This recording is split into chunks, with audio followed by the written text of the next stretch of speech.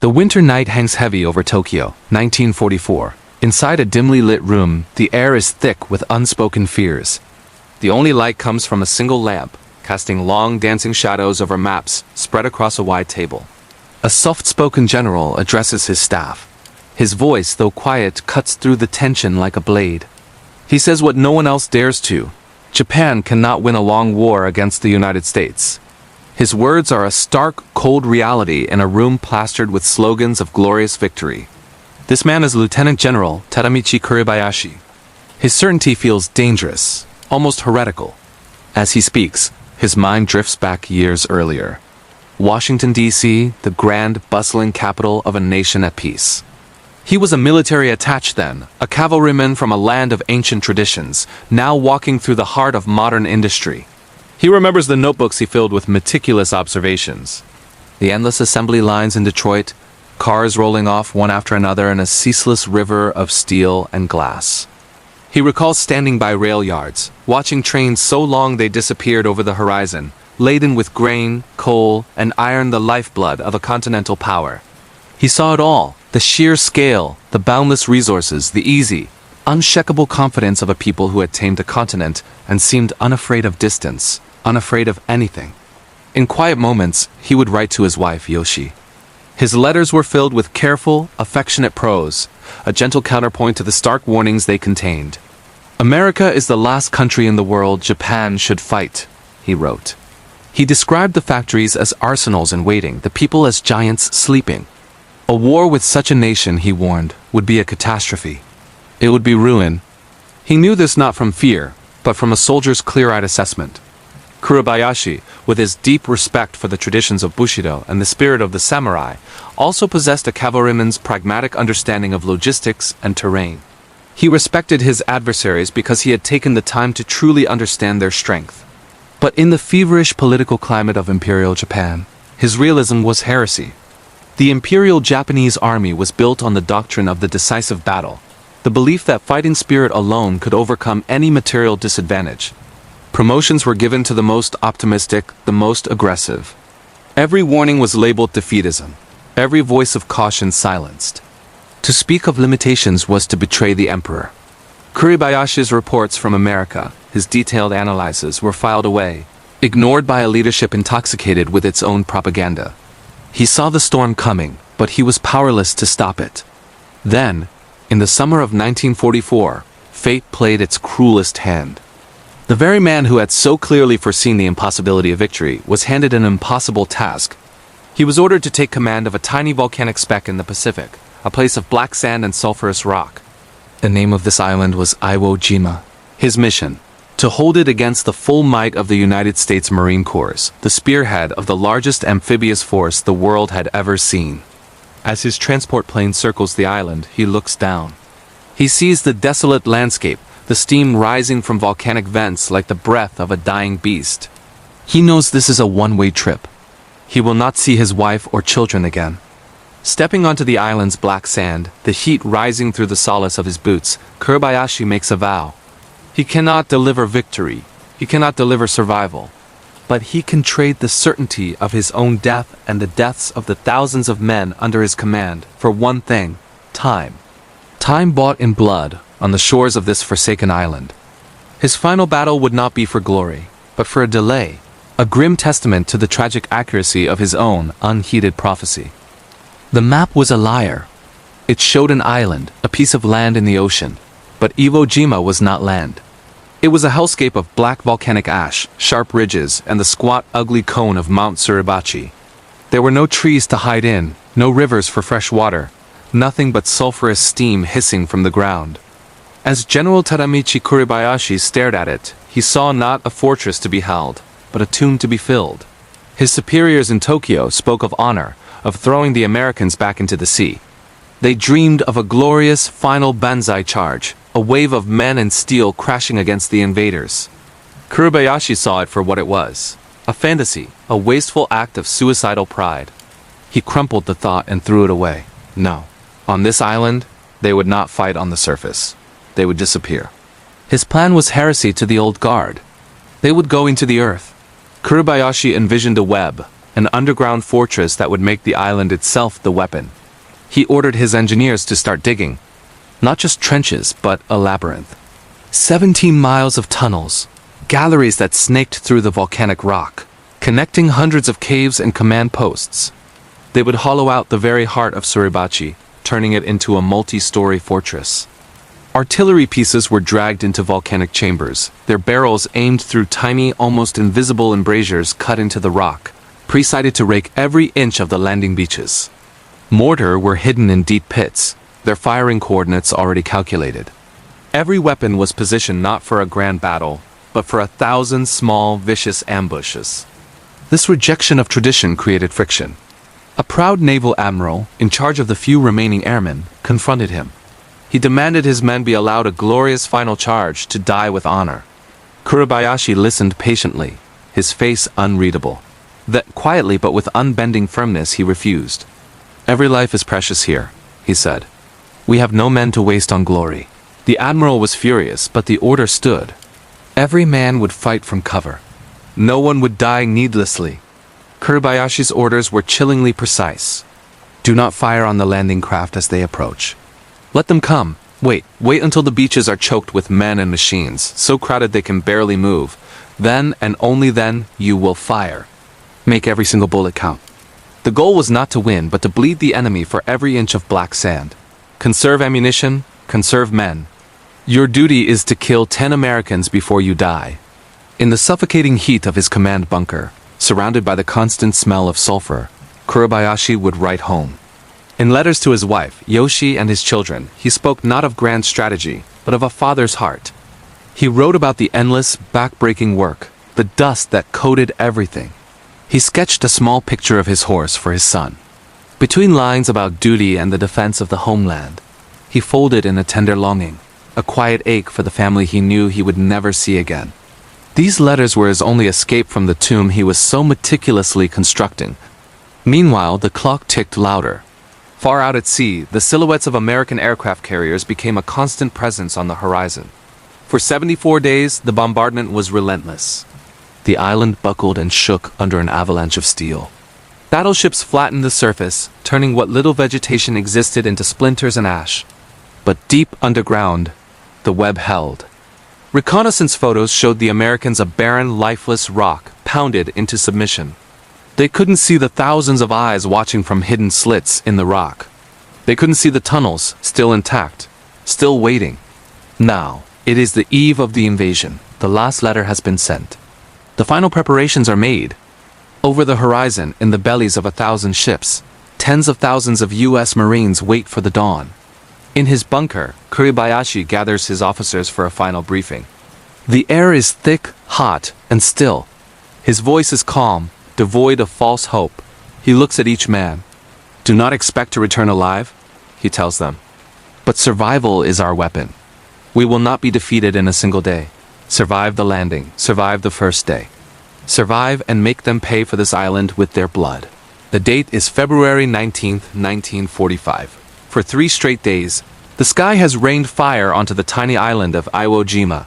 American naval guns have relentlessly pounded every visible inch. As dawn breaks, the bombardment finally ceases.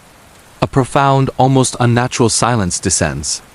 Out on the water, a vast armada of landing craft begins its churn toward the shore, carrying the men of the 4th and 5th Marine Divisions. But as they get closer, the silence holds. It's eerie, it's wrong, the ramps drop. Marines pour onto the beaches. Their boots don't find firm sand, but deep, black volcanic ash, fine as powder. It swallows their feet up to their ankles, making every step a monumental effort. They struggle forward, weighed down by gear, sinking into the soft terrain. Still nothing. The island remains quiet, watching. Men look at each other, confused. Could the bombardment have actually worked? Was it over before it began? They push inland, across the first terrace of ash, then the second. They are bunched up, a dense concentration of men and machines, a perfect target. Then, from his command post deep inside Mount Suribachi, General Tadamichi Kuribayashi gives the signal, and the island erupts. It's not a single roar, but a symphony of destruction from 1,000 hidden instruments. The entire island is a fortress, and he is its conductor. From the heights of Suribachi to the south and the rocky ridges to the north, meticulously hidden artillery pieces open up. They don't just fire randomly. They have been pre-sighted for months. Every square foot of the beach is a designated kill zone. Heavy machine guns, tucked into concrete pillboxes invisible from the sea, scythe across the packed shoreline. Crossfire from a dozen angles turns lanes of sand into inescapable corridors of death. Mortar shells, which Kuribayashi affectionately called his infantry artillery, begin to walk methodically up the terraces, finding their targets with horrifying precision. A young Marine lieutenant, hugging the ash, screams into his radio, his voice a mix of terror and disbelief. He reports that the fire is coming from everywhere and nowhere at once. The guns are invisible. One moment his friend is there, the next, he's gone. There's no place to hide. The very ground they stand on is killing them. Deep underground, connected by miles of tunnels, Kuribayashi listens intently to a crackling field phone. To him, the reports aren't chaos. They are a concert. He hears the distinct voice of each battery, the rhythmic thump of each mortar tube. He counts the shells fired like a doctor counting a patient's heartbeats, conserving ammunition, ensuring every single round extracts the highest possible price. He had given his men a stark order. Each man must kill 10 Americans before he dies. Today they begin that grim accounting. The Marines, trapped on the beach, try to advance toward their first objective, Airfield Number 1. But every time they gain a foothold, the Japanese defenders seem to melt away, only to reappear from a different direction. The tunnels are the key. They allow Kuribayashi's men to move like ghosts beneath the battlefield. A machine gun nest that the Marines just spent an hour silencing with flamethrowers and grenades suddenly comes back to life, manned by fresh soldiers who crawled through the suffocating heat of the underground passages to reinforce it. Kuribayashi had also issued another, more radical command. Breaking centuries of samurai tradition, there would be no glorious, suicidal banzai charges. Such attacks were wasteful, a squandering of precious lives. Instead, he ordered his men to use the darkness. At night, small elite infiltration teams would slip out from hidden tunnel entrances. They moved like phantoms between marine foxholes, not for large-scale attacks, but to create terror and chaos. They would cut communication lines, toss a single grenade, and whisper challenges in English to draw fire and reveal positions. Then, just as quickly, they would vanish back into the earth, leaving behind dead sentries and a gnawing dread that sleep could mean death. Amidst this brutal, grinding fight, a small patrol from the 28th Marines manages to claw its way to the summit of Mount Suribachi. On the 5th day of the battle, they raise a small American flag. A few hours later, a second, larger flag is raised, the moment captured in what would become the most iconic photograph of the war. For the men on the beaches and the sailors at sea, it's a moment of immense inspiration, a symbol that they are winning. But down in his subterranean headquarters, Kuribayashi receives the news with cold pragmatism. There are no theatrics, no despair. Suribachi was a powerful position, but it was just one part of his interlocking defense. The flag on its summit didn't change the strategic reality. The real fight, the meat grinder, as the Marines would call it, was for the northern part of the island. He calmly picks up his phone and begins to issue new orders, adjusting his artillery's fields of fire to compensate for the loss of Suribachi's observation posts. He directs his reserves, moving them through the dark, choking tunnels toward the next ridgeline, already calculating how to make the Americans bleed for every single yard of his island. The northern tip of Iwo Jima was not land. It was a grinder, a labyrinth of shattered rock and volcanic ash honeycombed with tunnels. The Americans called this final sector the meat grinder. For the Japanese defenders, it was simply the end of the world. Names on a map became monuments to attrition. Hill 382, the amphitheater, the turkey knob, each one a fortress, each yard gained measured in blood. For the Marines, the fight devolved into a grim, methodical process. Blast a cave entrance with explosives, pour in gasoline, light it, then seal it. Then move to the next one. And the next. Inside this stone hell, General Kuribayashi's garrison was wasting away. Thirst was a constant, maddening torment. Rations, already meager, were reduced to a handful of roasted rice per day. In the medical stations, flickering candles cast long shadows on the walls. Surgeons operated without enough morphine, their patients biting down on rags to stifle their screams. The messages passed through the tunnels grew shorter, more desperate. Send water, ammunition low. holding position. Then silence. The living walked among the dead, the air thick with the stench of decay and cordite. The fight became intensely personal. Colonel Takeichi, the beloved baron and Olympic gold medal equestrian, led his tank crews on foot after their vehicles were destroyed. He fought from a cave, a piece of shrapnel lodged in his face, blinding him in one eye. When offered evacuation, he refused. He would die with his men. Nearby, Admiral Toshinosuke Ichimaru, a man who had once openly scorned Kuribayashi's plan to fight from caves, lay dying in one. He spent his final hours composing a message to President Roosevelt, an appeal to reason that would be found on his body. The Americans, pushing forward with flamethrowers and demolition charges, developed a grudging, blunt respect for their enemy. After action reports, written in the terse language of soldiers, noted that they had never faced a defense so tenacious, so skillfully engineered. The casualty lists grew longer each day, a stark testament to the price of this volcanic rock. They weren't fighting a conventional army. They were fighting an idea, an unwavering commitment to die where they stood. Through it all, General Kuribayashi's command remained precise, almost unnaturally calm. He moved ghost-like through the tunnels, his uniform immaculate amidst the filth and chaos. He was a master of this subterranean chessboard, shifting a company here to plug a breach, ordering a sniper team there to target a radio operator. He knew every inch of his fortress, even as it crumbled around him. He ordered his men to conserve every bullet, every grenade, until the moment of maximum impact. He chose when to waste nothing and when to spend everything. In a quiet moment, lit by a single candle, he took out a pen and paper. He wrote a letter to his wife, knowing it would never be sent.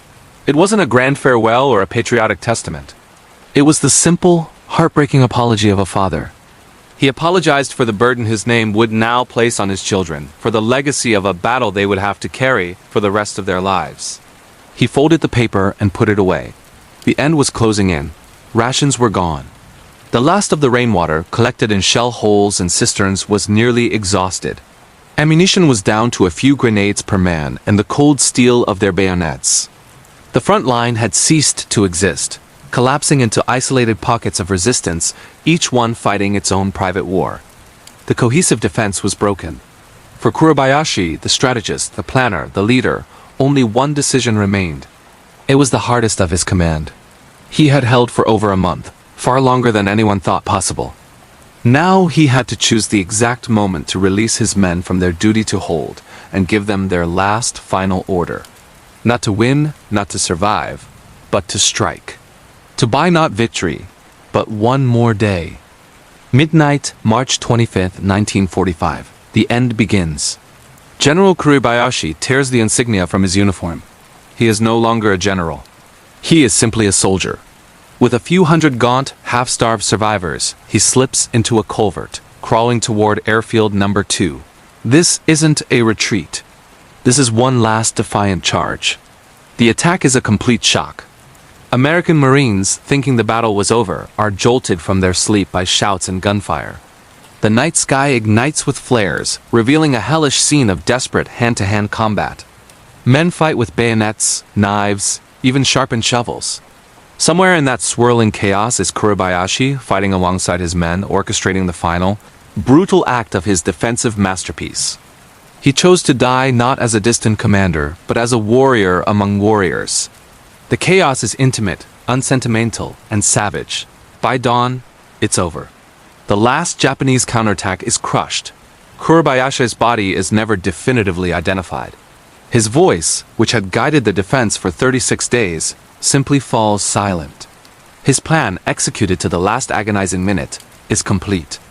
Now we pull back to see the full, tragic picture he foresaw years earlier. The cost of Iwo Jima was staggering. Over 6,800 Americans were killed, with more than 19,000 wounded.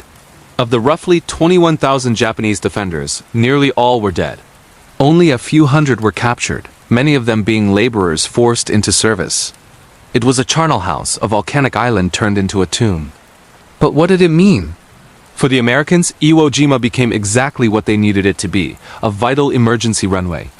Over the next 5 months, more than 2,200 damaged B-29 superfortresses, carrying over 24,000 crewmen, made emergency landings on the island. These were planes and crews that would have otherwise been lost to the vast Pacific Ocean. The island became a crucial stepping stone, a forward base that tightened the strategic noose around Japan and undeniably shortened the war. This brings us back to the man at the center of it all. General Kuribayashi warned his government that a war against America's industrial might would devour their nation. And in the end, he died proving his own prophecy. He was a paradox, a general who employed brutal, innovative tactics that horrified his enemies, but who did so to honor the lives of his men, to make their sacrifice meaningful even as he spent them. He gave them a fighting chance against impossible odds, a sense of purpose in their final moments. Beneath the hardened strategist was a man. Fragments of his letters home reveal a devoted husband and a father who cherished his children, who held on to hopes for their future, even as he planned for his own demise. He was a man caught between his duty as a commander and his love for his family, standing at a crossroads where personal humanity collided with the impersonal, grinding gears of history. His story is a powerful reminder that even in the darkest chapters of war, the human element, the foresight, the sacrifice, the love is what endures. Thank you for joining me on this deep dive into one of World War II's most incredible and tragic stories. If you want to uncover more untold histories like this, where a single person's vision clashes with the tide of events, make sure to subscribe and hit that notification bell. We have many more stories to share.